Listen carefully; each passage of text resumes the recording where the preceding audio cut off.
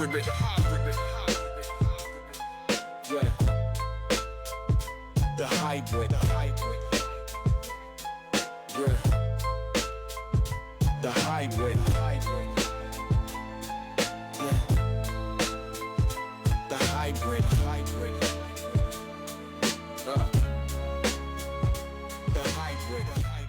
Hey everybody, welcome back to The Hybrid. Shawn and I, and a lot of you, grew up professionally in a world where the big question around cannabis was whether legalization should happen.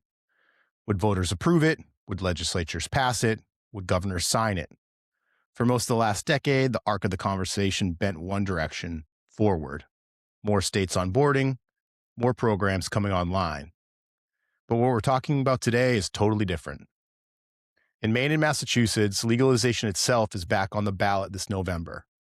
And it's not a tax tweak, a regulatory adjustment. It's not a fight over potency caps, delivery licenses, or off-site consumption. Rather, legal cannabis still exists. And cannabis regulators should and probably are paying attention. These repeal efforts don't usually just show up out of nowhere. They're certainly a signal.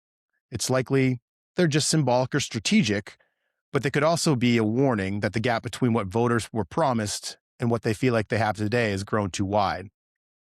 It's certainly tempting to dismiss these initiatives, but maybe we shouldn't. Why in two of the oldest adult use state markets in the country is this happening? Why, after years of tax revenue, job creation, and matured infrastructure, are these ballot initiatives coming to life? These repeal initiatives create a moment of reflection, not just for industry, but for regulators and policymakers as well. They invite us to step back and ask some honest questions. Has public trust held? Are these markets responsible yet fair to all stakeholders involved? And have the outcomes voters were promised shown up in a meaningful way? They also expose a hard truth about legalization, the fact that it's a long-term policy project. And when markets struggle, when prices collapse, when illicit activity persists, or when regulatory systems feel unresponsive, the political ground underneath legalization can shift. So today's episode isn't about panic, it's about perspective. We're going to separate the real risk from the noise. We're going to walk through these ballot questions. What do they actually do? What would happen if they passed? What are the odds that really happens? And maybe most importantly, we're going to talk about what these efforts tell us about the next phase of cannabis policy in the United States. So with that, start where we always start. Shawn, sir, good to see you. Hey, buddy. How's it going? Not bad.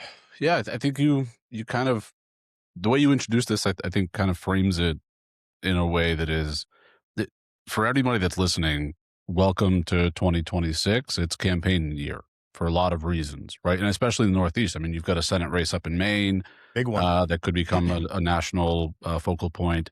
We've got a Democratic primary here in Massachusetts. And then, of course, there's ballot questions. And you and I lived them on the receiving end of a regime or a structure that we had to implement and kind of bring forth in our respective jurisdictions. But yeah, you laid the groundwork, I think, for a really interesting topic, which I hope, by the way, we'll come back to throughout this year and kind of touch base based on new developments or new information, anything like that, because also keep in mind the path of a ballot question is never a straight line. And there are a lot of hurdles to get to where both sit today, which is obviously that signature collection and that sort of process. But also going forward, at least in Massachusetts, our legislature gets a say. They can go back to the people to get more signatures. There's already been some accused shenanigans. And so, yeah, welcome to an off-year midterm election cycle where there will be no shortage of funny business. So, but good to see you. And this is what, episode 14 now? So look at us. We're just keep plugging along. A little podcast that could. Filling the void with more noise. That's what people want. Yeah, content, baby. That's it. No, and I think we can have a pretty good conversation around this. Look, when I first heard rumors about this ballot initiative in Maine, I didn't take it serious. And to be honest, like, I don't take it too serious right now, but I think it still is important to kind of look at it where we are today and like, why are we where we are today? Why is this conversation here? How are they even able to get on the ballot? Much like you just said in Massachusetts, there's been shenanigans up here in Maine as well. A lot of misinformation, misrepresenting what the initiative actually does. So I think that's probably a really good first place to start. I'm assuming a lot of our listeners aren't in Maine and Massachusetts and tapped into our ballot initiatives. Yeah, right. But let's just jump in first before we start to dissect this, like who's behind it, what may be the actual implications if it doesn't pass, if it does pass, understanding what the initiatives themselves actually do. Because when I looked into it, it was much different than what I expected it to be when I first heard the rumors of it. And it was different than it was explained to me by another third party. So let's start down in Massachusetts. The ballot initiative down there, Shawn, does what? Yeah. Speaking of the shenanigans, I think that's exactly what some people that even signed the ballot initiative, like the petition paperwork, are asking themselves even today. That's what the the accusation was that they were, as they're collecting signatures out in front of grocery stores, it's this ballot question would get rid of any criminalization tied to marijuana possession. It's like, oh, sure, I'm for that, totally. Meanwhile, it's like you just signed a petition to eliminate the adult use market and any home grow protections that exist based on it for private residents and citizens. It would actually preserve the medical market, so there would still be in place a medical access to medical use of marijuana. But the adult use market, as you know it, which includes obviously your retail stores, but also your entire supply chain from cultivation, product manufacturing, et cetera, would be eliminated. So too would those protections for residents that choose to grow at home. So the 6 per person, 12 per household of flowering plants, that would all be eliminated under this ballot question and essentially return to a form of recriminalization to a degree. Obviously, there'd be some personal possession things of that nature, but by and large, it would go back to pre-adult use rollout, which was 2017, 2018 in that time frame after the ballot question of 2016. To your point on like kind of the politics, like not taking it seriously, I don't think the electorate has changed all that dramatically in the less than 10 years since, actually will be 10 years in 2026. What I do think has changed is sort of the environment and kind of the, the world within which this industry now exists, because the threat back then was like the sky's going to fall and like kids are going to access this stuff. And, there's going to be a pot shop on every corner. And in reality, these places have kind of folded into fabrics of communities. And you probably know someone that works there, or you've probably been into your local dispensary of some kind.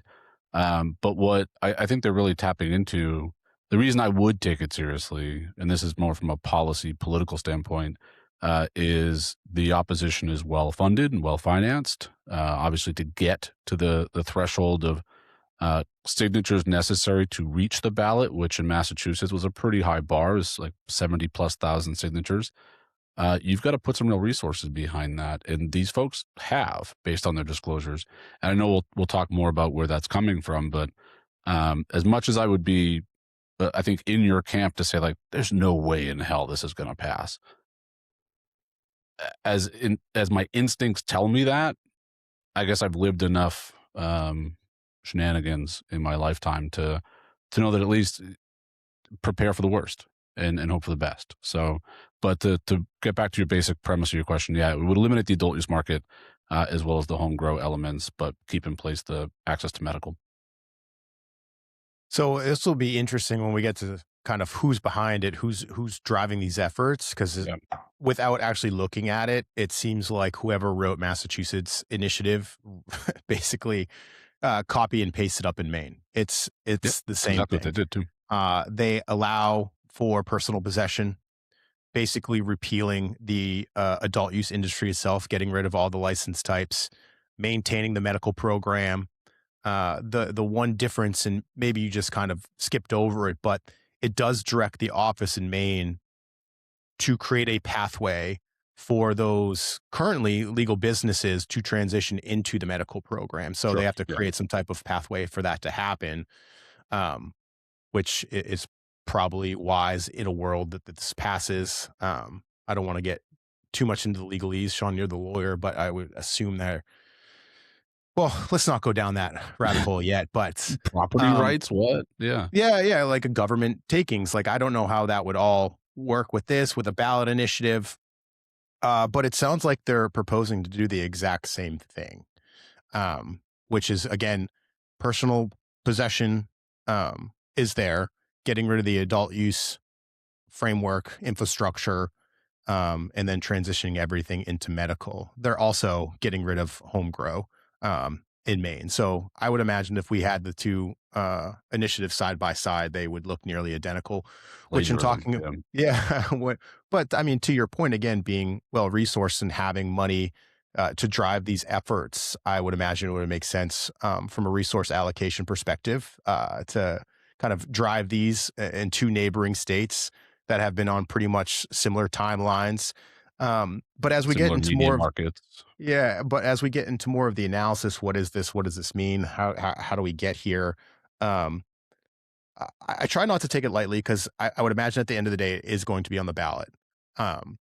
However, I think we've gotten to a place now where more people with the successful rollout and administration of the program, and I think for the most part, Maine and Massachusetts have done it in a responsible, transparent, good government type of way, where there are more people that may have opposed that would be on the, to your point, the sky has not fallen. On top of the fact, if you kind of read the tea leaves and understand the way that this election is trending, I think those that turn out in droves, high numbers, are going to be more favorable to keeping the adult use marketplaces in place as is. So I tend to kind of dismiss it. I think would be one that just gets absolutely trounced. But to your point, we still do have to be serious around it. The other point that I'll make too is, sure, you have some of these groups that are well resourced that are behind this, pushing these forward. But at the end of the day, again, the way that Maine and Massachusetts have gone about this in a responsible, transparent way, obviously there's ups and downs with all that. But I think for the most part, all of those ancillary stakeholder groups, the stakeholder groups that actually do touch the programs, they're going to come together too and just say, this is absolute bullshit. Look at all the wonderful things that we've done. We've provided access to cannabis for those 21, who are you to tell Joe Schmo 21 how to live his life or her life?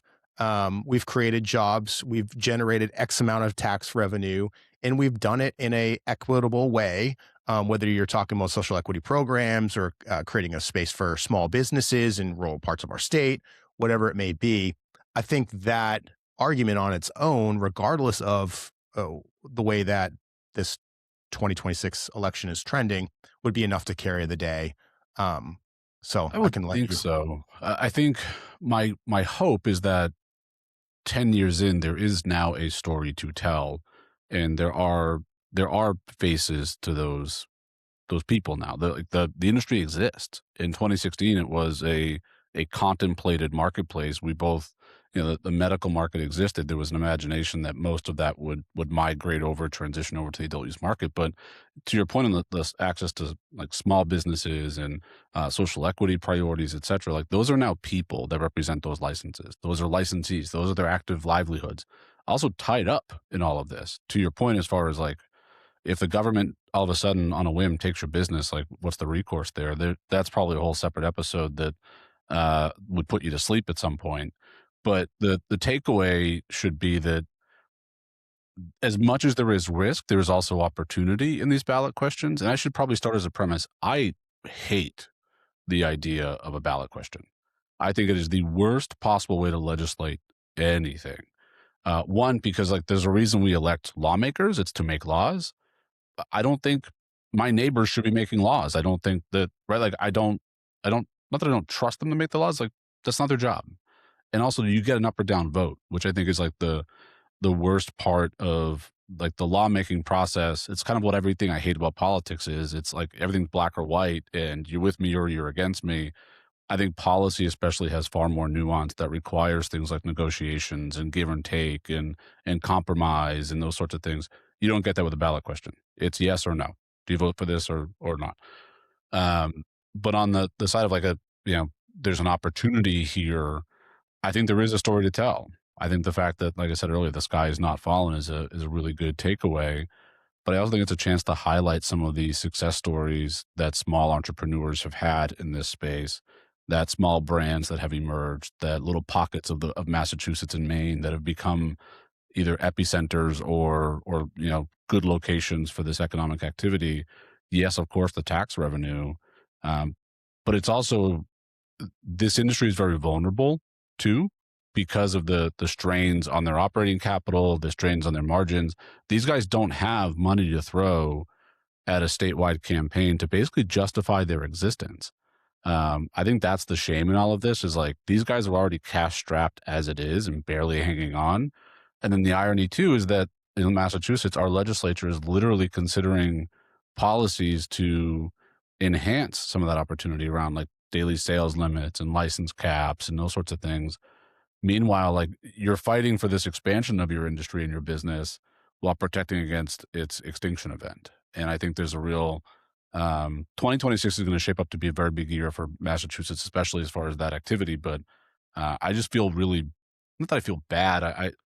I'm sympathetic and empathetic to the plight that these businesses have gone through to fight like hell to exist, and now they have to justify that existence. And not long after, it's like, congratulations, you can start your operations. By the way, go vote no on the bill to get rid of you. Yeah, I mean, there's a lot to or react to there. I think from the perspective of an industry operator, a licensee in Massachusetts or Maine's program, I think you would agree that the vast, vast majority of them are good, honest people that are trying to run a legitimate business. And so then being faced with this extinction event, like having your future on the ballot in a very real way like this, I am very sympathetic to that. And it's kind of shitty and it sucks. And I totally agree from that perspective. Yes. And there's not a huge, like you would think, just for the sake of comparison or like analogy, if you were to propose a ballot question to ban coffee in your state, like Starbucks, Dunkin' Donuts, like all those guys are going to pool together and fight like hell for this.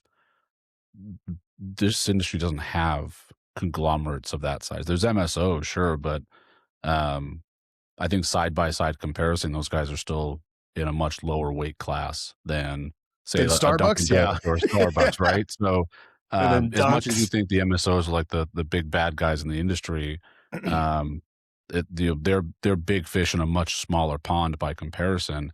But that apparatus, that infrastructure does not exist, which makes things like this possible. Now, granted, the other dynamic here is that cannabis is still a Schedule I substance. So like it's not coffee in that sense where it is vulnerable.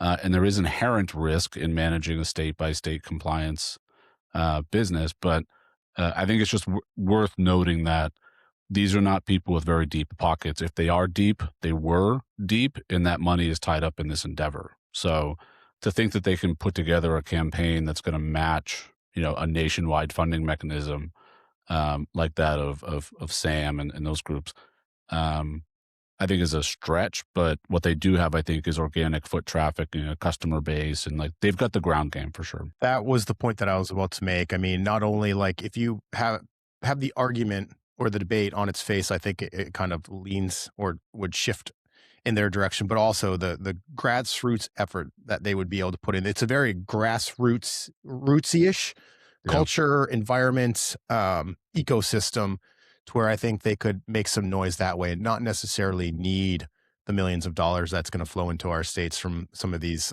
other type of advocacy groups, prohibition. Can you say the word can you say the word for me? Prohibited? Yeah, no, not prohibited. Whatever. Prohibitage? Prohibitage. Are we making strategery? Apparently I can't talk today. It also took me. Prohibitionist? Yeah, there you go. Prohibitionist. Sounds it out. Chop it up into syllables. This is going to be a great clip. I help my kids with I can't that. wait for this one. But the other point that you made that it seems like we may be in two different places, not drastically different places, is just more about the ballot initiative process itself.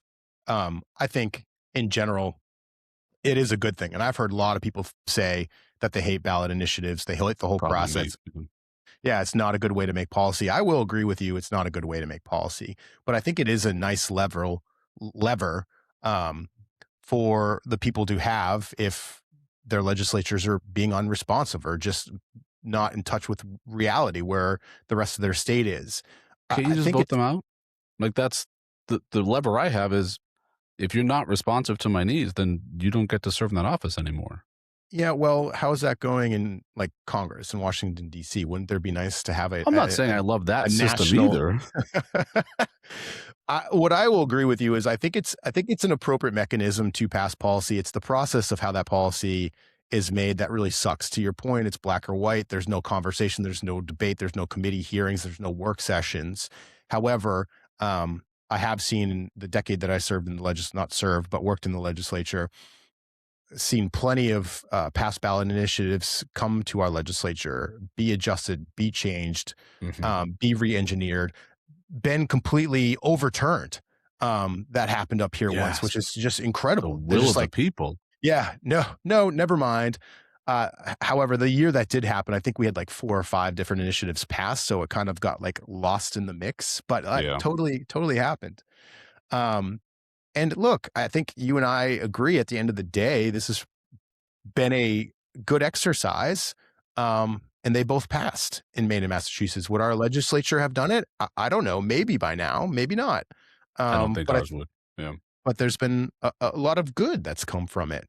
And again, when you're kind of assessing whether legalization on its face has been successful or not, I think about have we given access to cannabis in a equitable way, like that's regionally, all types of different equitable ways, and have we done it in a responsible way where there's not a drastic increase of cannabis use disorder, youth use, or driving under the influence of cannabis? And if you can say all those things are true, like fundamentally, it's been successful. And I think Maine and Massachusetts could both say those things with a straight face, like, we have not made things worse. I will say, and this may take us off and go in a different direction, part of the conversation up here in Maine in cannabis, oh, you're well aware, I'm sure, is the whole Chinese national thing. You see it in Oklahoma, and you see it in California, and you see it in Maine. It's the same exact thing, obviously at a smaller scale than it would be in those other states, but it is a real thing. It is happening. Which I think does factor into the conversation or the equation or the efforts behind some of these things. But I think for the most part, that's not, I should take a step back. That could be a direct result of legalization. I think it is. But environmental. Yeah, that's fair. Yep.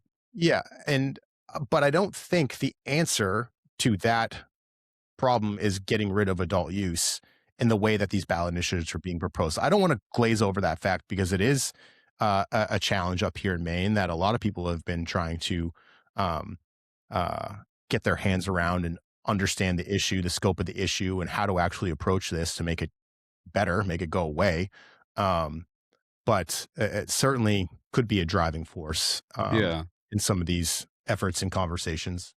I think I want to segue that point into maybe to finesse the previous point I made about ballot questions, though, because I think what you have as a potential solution to that policy conundrum of, and there's a couple of them I think that are going to get lumped into this debate, both in Maine and Massachusetts. We should also note that a similar effort is underway in Arizona as well. And so this is not a unique Northeast thing. It's not a specific to Mass and Maine. They are two of the larger, to your point, more mature markets. But the issue of overseas or foreign ingredients making their way into markets, the property issue and sort of the fraud or the deceit that's going on with respect to home grow or hemp grows that are really marijuana grows that's fueling an illicit market elsewhere throughout the country.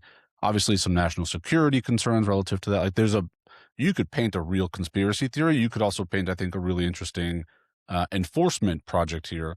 But to your point, the solution is not eliminate the entire market, because to be clear, criminal's gonna criminal, right? Like if the law changes, it doesn't mean they're all of a sudden going to comply with the new law when they were breaking the law in the first place, or just hiding behind something. And I think the blunt instrument approach of a ballot question creates it's an overreaction to what is really a nuanced policy matter of, I would say, both policy and resources. Knowing that, like, one of the things I'm sure you saw in Maine, and I certainly experienced in Massachusetts, was like, whose turf is this?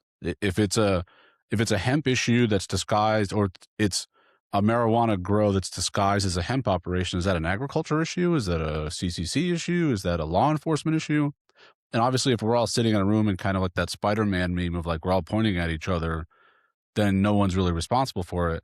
What I'll say is that those folks that are in the legitimate marijuana adult use or medical markets that are looking to defend their markets, you need to keep in mind that you are about to be deemed responsible for things that you have no authority or responsibility for, meaning the gas station hemp stuff that's sort of flooded markets across the country, this Chinese national issue, this distillate and isolate being imported from overseas and inverting into markets. If you're doing one of those things, for instance, if you are inverting product or ingredients into your license, then yeah, you're a bad actor. And enforcement should find its way to your doorstep from a compliance standpoint. Does that mean that the entire market should be eliminated? No. But if that becomes a big enough of an issue publicly, whereas your average voter is now concerned about that, they are going to be left with one choice in a ballot box, yes or no. They don't get the nuance, and that's the ability to compromise and or zoom in to say, we should address this from a policy standpoint with all stakeholders at the table and figure out what the proper solution is. That goes back to why I hate ballot questions. Yeah, because they suck. But I don't want to act like I'm saying the driver behind the ballot initiative in Maine is the foreign influence here. That's right.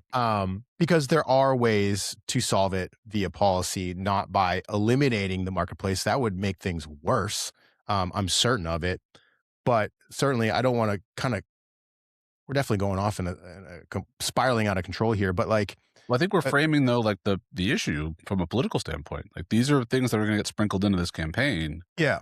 For voters, like if you're a voter thinking, how am I going to vote on this? You're about to be bombarded with stuff that has nothing to do with the illegal marijuana market potentially. So, like you said, criminals are going to criminal. And as long as there's siloed state programs in states that don't have cannabis, in large pockets of the country that don't have cannabis, like, people are going to find a place to grow it, and they're going to find a place to sell it across state lines. Legal cannabis can move in ways that regulated cannabis can't. So when you think about that, about just the economics of it, a state like Oklahoma makes total sense. It's dirt cheap to set up operations and grow cannabis and then sell it for way more outside of Oklahoma.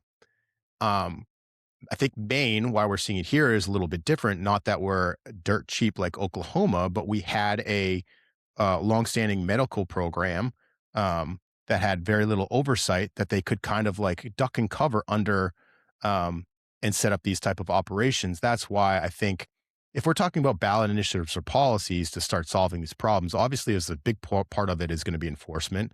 Who's in charge and where's the money coming from? But also make strides in making Maine's medical program a more structured, a more traditional regulatory system with tracking, with testing, which there are efforts underway.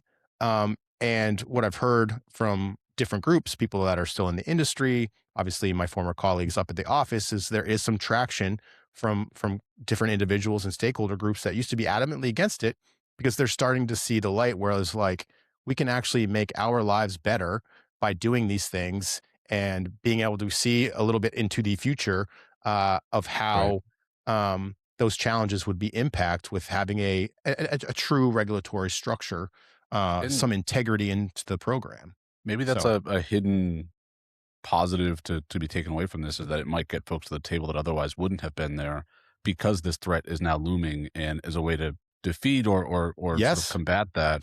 It is certainly a motivating element.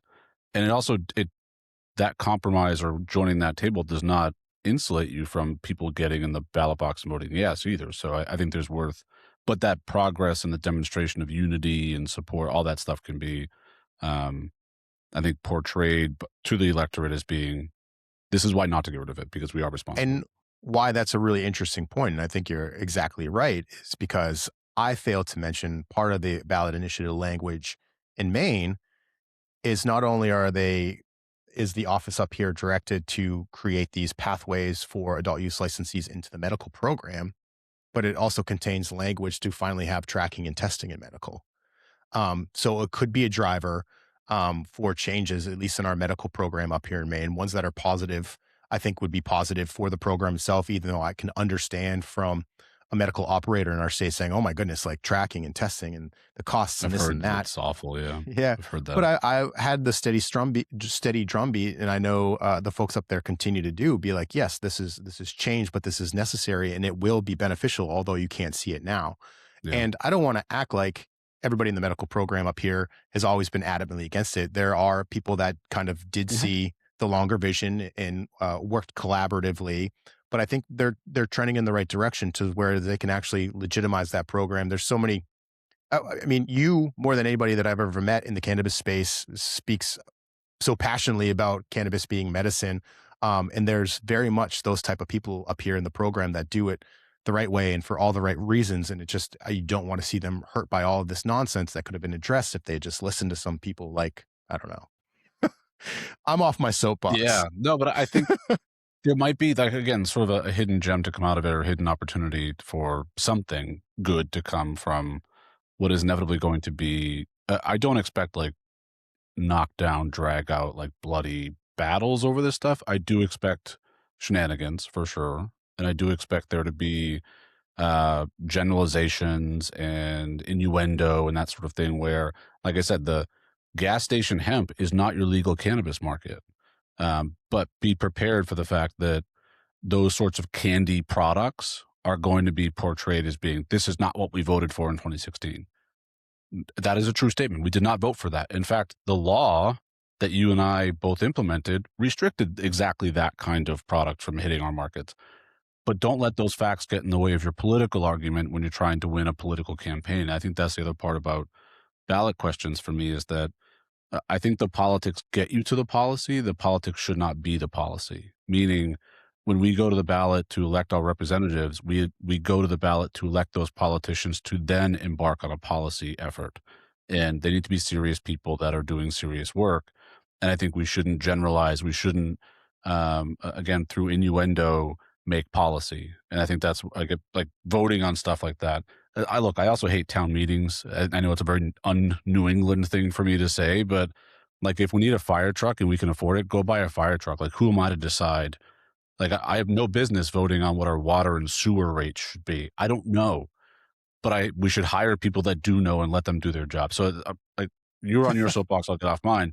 But the point notwithstanding is that there might be some opportunities for policy to come from this, again, in a way to insulate the ballot question if there is a legitimate concern that's raised. And I also should note, we should acknowledge your two markets, adult use standing next to or vis-a-vis your medical, the Massachusetts adult use vis-a-vis its medical, are not one-to-one comparisons from a structure standpoint. Like you said, the track and trace elements, the caregiver model in Maine.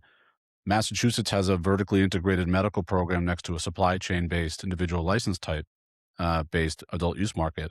So the ability of a regulator to just create that off ramp is not elegant. It is not clean for both markets. I think it's sort of, the ballot question fails to acknowledge that. And so as a result, that work itself would be complicated as to how do you now take an individual retailer and say, you're a medical licensee now, but I don't have a grow and a product manufacturing tied to me. No, well, shit, that sucks. What do we do? And also, we just got rid of our tax rate, meaning those resources dedicated to this work evaporates. So again, we should probably dig more into some of those like mechanisms and what ifs, but I think it's just worth setting as an individual premise. Those two markets are not, it's sort of round peg, square hole, or whatever the saying is. Totally. Procedurally. Yeah. I think it'll be interesting once they get their signatures and we start seeing what that money is going to as far as messaging, because I think there is a very high likelihood that they try to pull in your gas station weed and the whole hemp debacle, I would. Yeah. and associate that with, well, this is what we voted for, and it's a travesty. Like anybody can buy it. It's in gas stations everywhere. It's in your face. That's just gross. That's just so icky and gross. That's why I assume it's going to happen. So Well, hopefully, what? Because I said I would do it. Thanks. I don't Appreciate know. that. It's just just the sad state of our world and our politics right now. Just blatantly lying and blurring lines to That's help. that's why I'm sort of raising a bit of a red flag here to be like, Yeah, watch this. yeah, Because the one thing that, again, back policy, you should at least be able to negotiate in good faith. Politics doesn't really have those bumper lanes. Like I don't think it's going to be like, like we have enough, like I think the Senate race, in Maine, both primary and general, we have a primary race here in Mass. I think those things have the potential to kind of get ugly and or out of hand. At least again, from a voter apathy standpoint, but I do see the professional nature of our cannabis operation. I think they have the opportunity to demonstrate maturity and responsibility and sort of, these are local businesses with local employees and local customer bases. And I think there's a way to validate that. But um, yeah, politics has no rule book per se. Like it used to be a gentleman's game, right? Not so much anymore, unfortunately. And that's not me saying I like it. That's just me saying, sort of diagnosing it. yeah. It'll be interesting to see whether any of the higher profile races mention it. I doubt that it would. But you never know with these things, what they say Yeah, about it, true. how they feel about it, whether they're forced to react to it.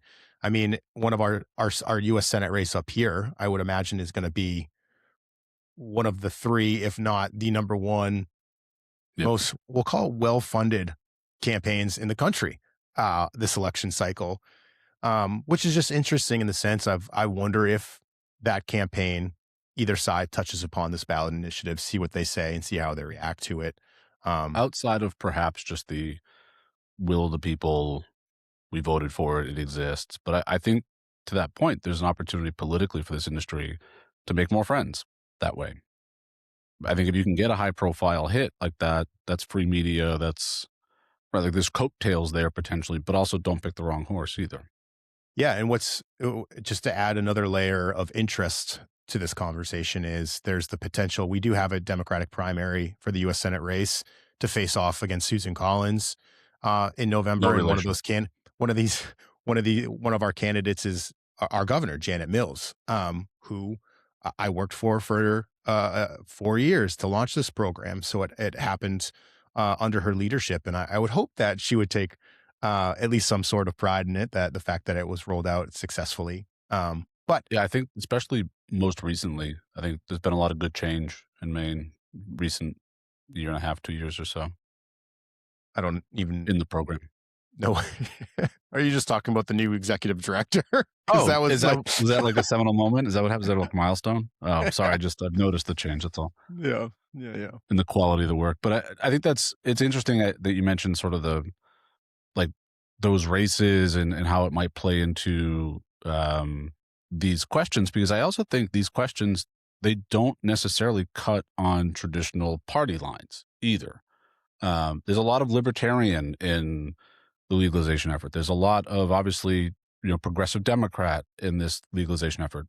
But then you look at, there's sort of a permissive structure now for Republicans, especially, where the president of the United States, when both candidate for president, endorsed legalization in Florida, and then since as president has now initiated sort of an aggressive revisiting of rescheduling to Schedule 3. So I just don't see this cutting as like this is a Democrat issue, Republican issue. I think this is one of those issues where people kind of vote their conscience, vote their feelings. So as a result of when I sort of ingested like don't pick the wrong horse, I wonder if you're going to see any like real divide over this, or if it does become like a debate question where both say like, no, I don't think we should eliminate the industry. Yeah, I think it's coming from a place of just like interest and see what happens, who says what, if they're forced to say anything about it. And it would be an interesting debate question. I mean, certainly, if I had the ability to ask that question, I would just sheer curiosity because I think the same way about it that you do. There isn't a clear Republicans are for it, Democrats are against it. Um, there's none of that, and I think it really does come down to your personal feelings and opinions about this. But And yeah, do you think again, people, voters, whether it be in Maine or Massachusetts or elsewhere, are like, do they think about it seriously enough or in depth enough to distinguish between a medical market and adult use market? I assume beyond their own individual status of, if you're a medical patient, you obviously probably know a bit more about your medical market. But if you're just the voter sitting at home watching a campaign ad and someone says this bill would not, or this ballot question would not eliminate the medical market, it's like, oh, okay. It would get rid of this adult use candy stuff that, like, I wonder how compelling that would be to the average voter who would just think like, oh, well, we're not losing access. We're keeping a medical market. That sounds good. Like, I'm all for, but I don't want that candy stuff in schools anymore. yeah, I think it would cause a a significant level of confusion. Hmm. Um, and the more that we talk about it, the more that I worry that that's exactly what it's going to turn out to be, depending on how high this actually elevates in this incredibly important election cycle. Like there may just be not a whimper. Um, it may just be kind of a question that goes way under the radar with all of the other money that's going to be flowing into Maine, and I'm sure Massachusetts has some big races too. But if it does kind of elevate itself and stand out a little bit in all the other noise, like the more that we talk, the more it just kind of wants, the more I kind of just want to hang my head and like just shake it because it could devolve into a just make it so confusing and chaotic and all the misinformation. At the end of the day, when they go to vote, they have no idea. They think they know, but they actually have no idea what they're doing by voting yes or by voting no. That's why I'm hoping. Um, that's why I'm hoping, and I'm like, I'm hoping the industry stakeholders and those that are involved um, can have those one-on-one conversations, the grassroots level, to help suss through that misinformation and explain to them clearly what the implications are with a yes and with a no, um, and have the most informed group of voters that you possibly can. I think one of the things that, as I've thought about this issue and these campaigns, is I can't help but put my political hat on. And I think there's such a sympathetic, but also relatable character here on the, we'll call it the no side, like the preservation, like our market is safe, it's responsible, it's mature, all those sorts of things. And that is essentially the small business owner.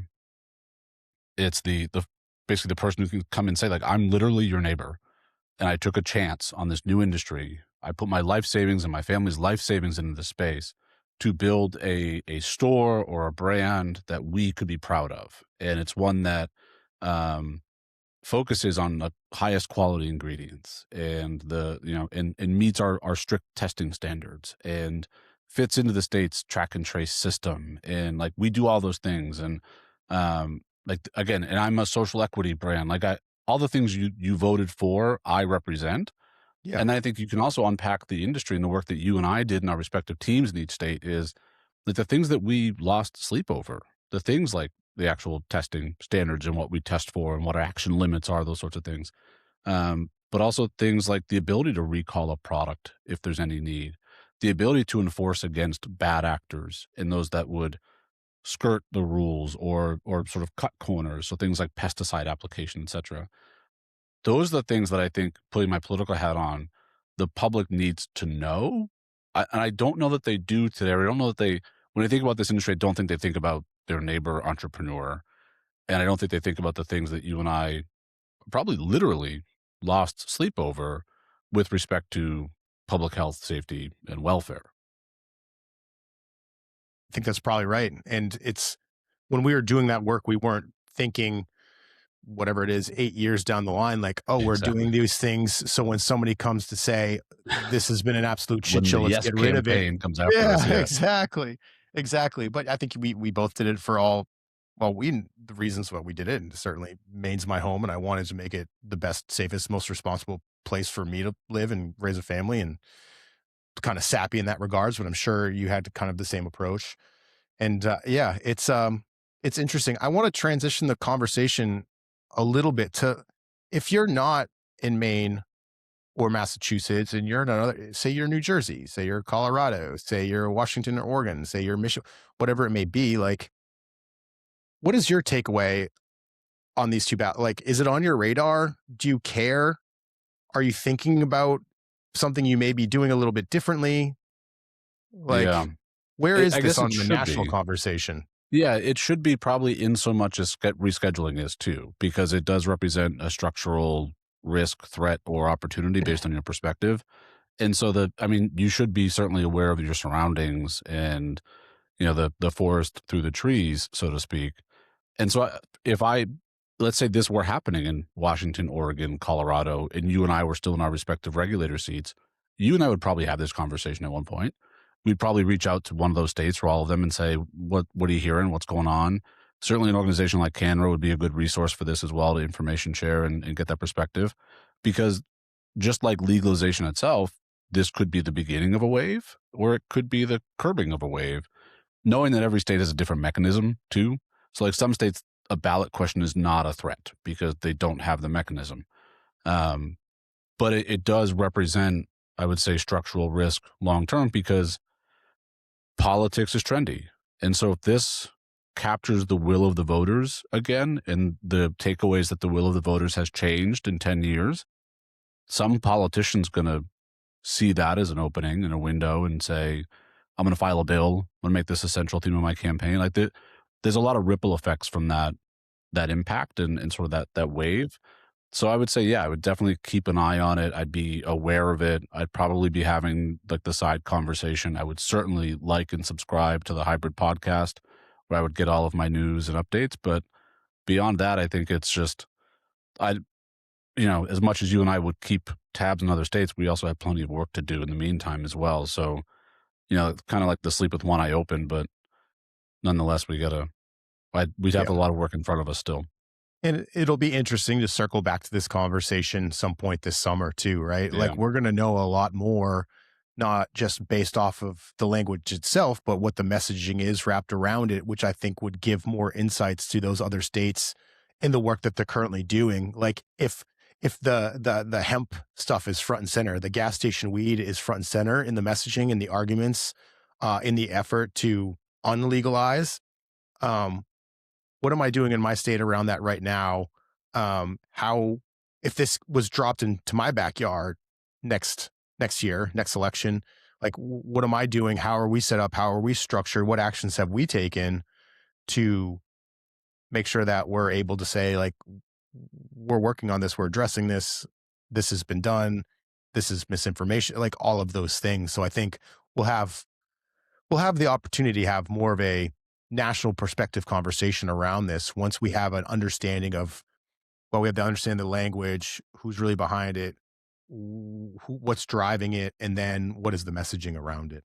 It's funny you mentioned like the other states too, and you mentioned Oklahoma earlier. I mean, just yesterday, I read that the governor of Oklahoma essentially, at like his very last State of the State address, essentially called to the repeal of the medical program, because of the issues that they've been working to resolve and get their arms around with the unlawful activity, the illicit market, that sort of the gray that becomes illicit market activity from out of state.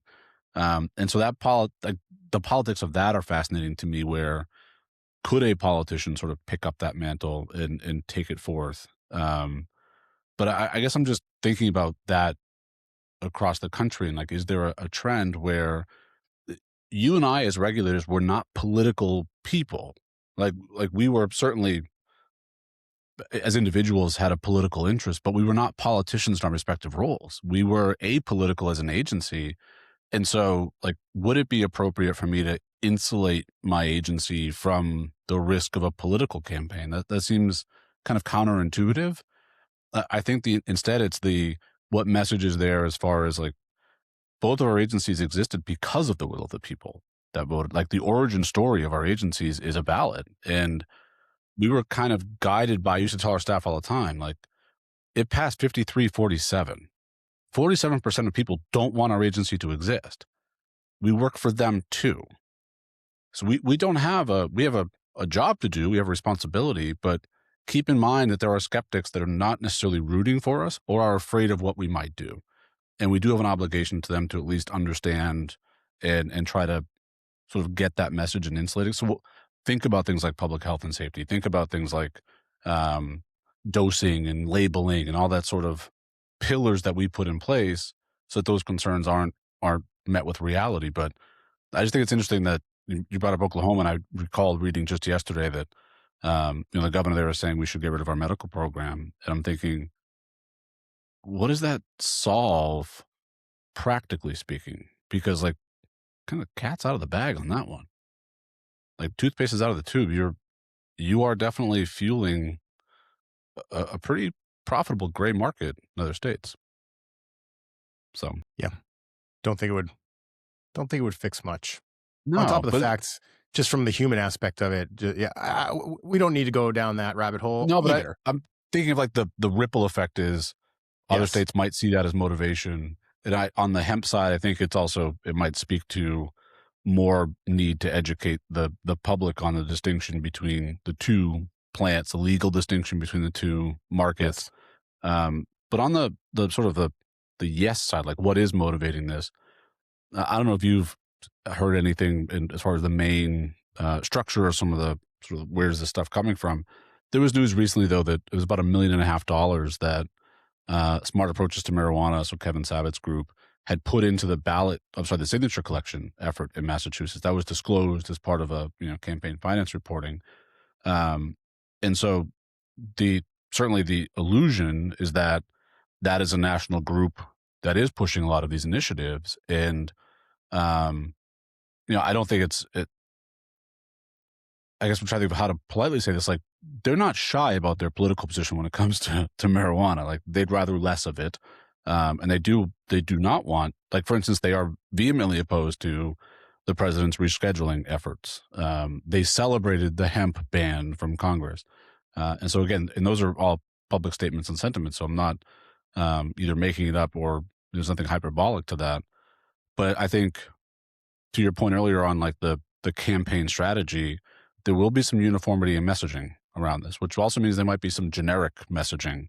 I think that's where, again, that risk of candy-based products or candy-like products and youth access, and the more you start to see little op-eds pop up in your local newspapers and your that's all a campaign.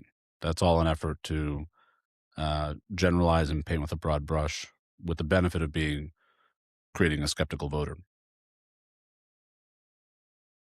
Thoughts on that? I was going to say, you want to go to trivia? Yeah, I mean, I think, look, to your point, we should definitely come back to this over the summer. Yes.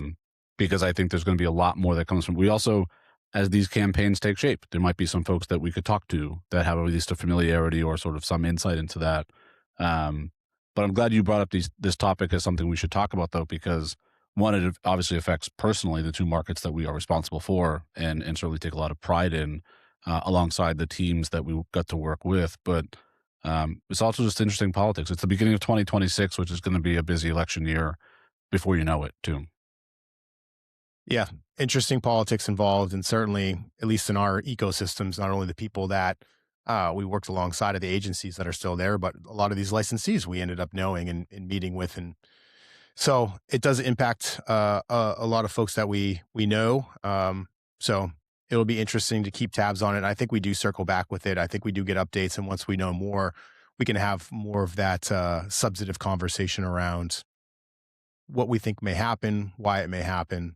But I agree with you in your statements about, like other states should be aware of it at minimum.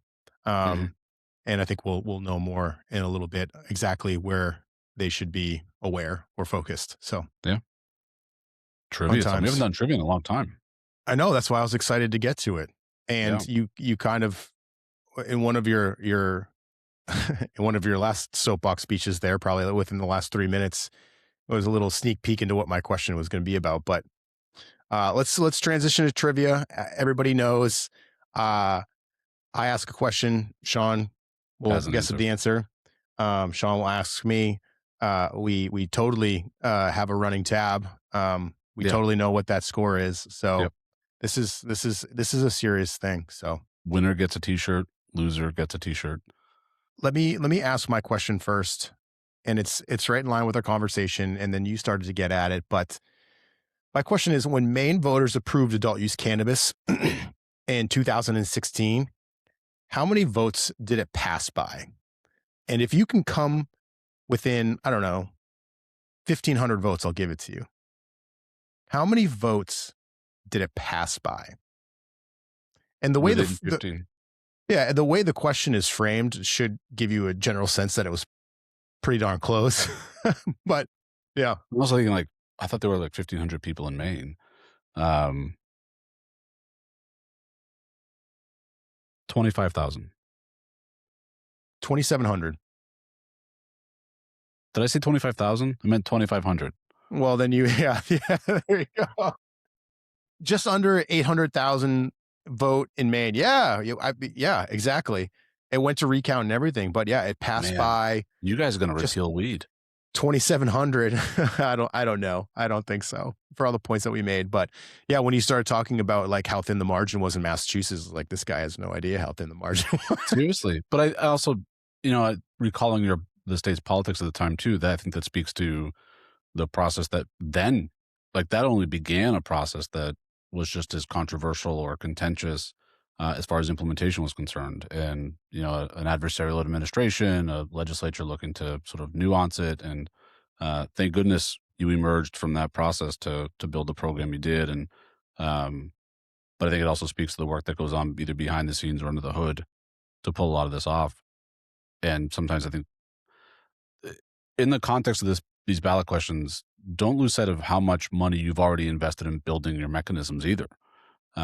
You're talking about agencies that have been built and established, processes, systems that have been built and paid for, all that time and effort. There's a lot of work behind the scenes, municipal side too, as far as, oversight and things. So I'm not saying that would evaporate overnight, but that's got to be unwound potentially, or at least to your point, migrated.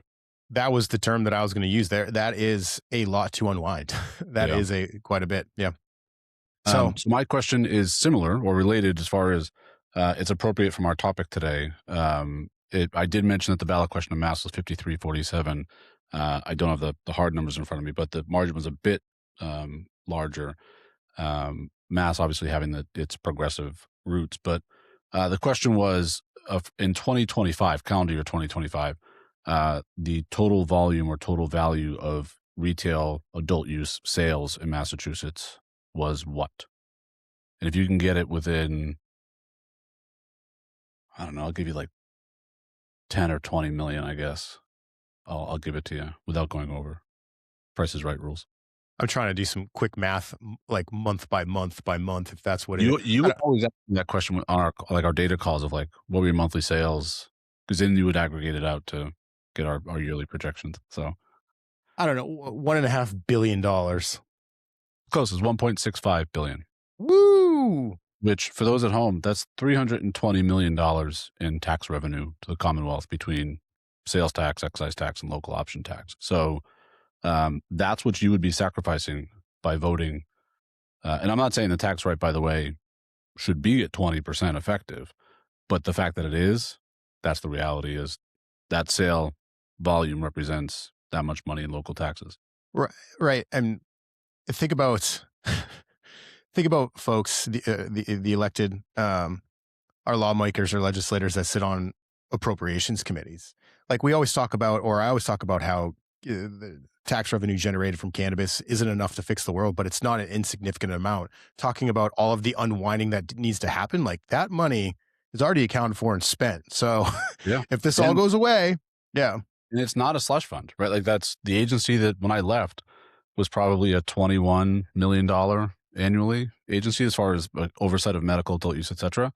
And I think like ag got like $1 million out of it. So the remainder, let's say the vast majority went to like, it was the BSAS, the Bureau of Substance Use. But yeah, that money is allocated. Yeah. I mean, there were, don't get me wrong, there were some special programs and things that money, the tax revenue in Maine would go to, but I think the vast majority, but I think this holds true even today, went to the general fund. So that's not an insignificant amount of money that goes to funding everyday services that the state needs to run. And so that's just when you're talking about if these do go through, what's the downstream impact, and what are all the pieces that need to get unwounded? That's another big one. Trying to back into the math as far as, all right, we have X amount of less dollars. Where is that coming from? How do we reallocate to make sure that we keep these important things up and running? So, don't think I didn't notice, by the way, your shirt. We're headed into a mighty big weekend here in New England. For our listeners, you should know that Maine and Massachusetts are both in New England, and therefore we are rooting for a certain professional football team. I will start by saying Bill Belichick got robbed as far as the Hall of Fame. Yeah, so did Bob Kraft too. I would say, but Bob Kraft got robbed less so, given the contributions of Bill Belichick to the game of football. But nonetheless, yeah, is it a good omen that our Patriots were otherwise robbed, that maybe we're due for a win here? Or this will be published and released before Sunday, so we'll hold you two on the record. I'm a football fan, but obviously like a diehard Patriots fan, season ticket holder. I go to the games. I've loved the Patriots since I was like 7 years old. And so I like to think that I know a little bit of ball. I know a good team from a bad team. The fact that on the national level, everybody thinks we're going to lose this game, I'm convinced they haven't watched one Patriots game this entire season. Because I think we're the better team. I think we're going to win. I think we're going to win by more than a touchdown. And I don't want to, I know most people listening right now are cannabis friends, but just me stand on my New England Patriots soapbox and stick up for my guy, Drake May. Like, this guy was a stud, was lights out all year. He's had 2 bad playoff games, and everybody thinks he just forgot how to throw a football. So when we're in a sunny 65-degree day in San Francisco, he's gonna fucking light it up. I think we win by like 2 touchdowns. Sorry. I think I'm less bullish on the Pats. I do think they're a good team. I think they're a scrappy team. I think watching them gives me like a physical anxiety, just because they have been in like brawls. It seems like I think it's obviously hard to judge any team based on the weather of the AFC Championship game, but I think they're a well-coached team. Like the final 5 minutes of that game, I'm saying don't pay attention to the AFC Championship game, but now I'm going to talk about the AFC Championship game. The final 5 minutes, I didn't have my usual "this is when we lose it" feeling. Instead, I had the like, we're going to use our timeouts responsibly. We're not going to lose this game ourselves. If the Broncos win it, it's because they're going to win it. It's not because we're going to give it to them. So I appreciate that I have that perspective going into this game, where I don't think we're going to be outcoached. I therefore think we can scheme to our advantages and their weaknesses potentially. But I will give credit to Seattle. I think they are underrated this season, as like they are a legitimate, like they have every right in business being in the Super Bowl this year. And they would be one of the most, like, if they were to win, I think it's when like the Royals won the World Series to me, of like, oh yeah, they did win at some point. Like, I don't think like when the Rangers just won. That said, I do think the Patriots can find a way to win. I certainly hope that they win. I will be placing a bet on them to win, because I just philosophically cannot bet against them. It's funny you say that. Talk about like that feeling you have as a New England Patriots fan. And so if you're not a New England Patriots fan, a lot of you don't know what this feels like. Maybe Kansas City fans in some regard. But like when Tom Brady was playing, like you could be down 3 touchdowns, you could be up 3 touchdowns, regardless of what's happening. You're like, we're just going to win this game. Like, it's fun to watch. Second half adjustment, right? So I've been feeling that. And in week 5, Shawn, after we beat the Bills, this was week 5, I made a fairly significant bet on the Patriots to win the Super Bowl with plus 2,800 odds. Bet responsibly, please. And yeah, now I'm just 1 Super Bowl victory away from. That's why like, they're going to win by like 14 touchdowns, and also I'm going to pay off my house when it's all said and done. It's not an insignificant amount of cash that would be coming back. Yeah, very excited for it. I started this season saying like we'd be lucky to win 8-9 games, etc.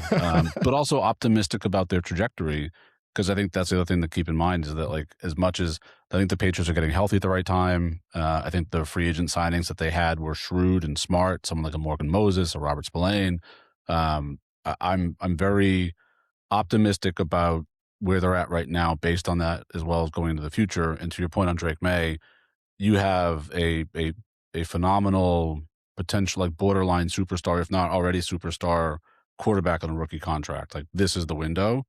But I've also been arguing since we got into the playoffs and won the division, we are now playing with house money. And yeah, it's a good time to be a Patriots fan. So all of our listeners, sorry for the rant. But I think, look, we have a platform. We're going to use it. So go Pats. To our friends in Washington State, sucks to suck. I guess we'll see you out there. But any departing or closing thoughts for our listeners today? Other than thanks for always listening.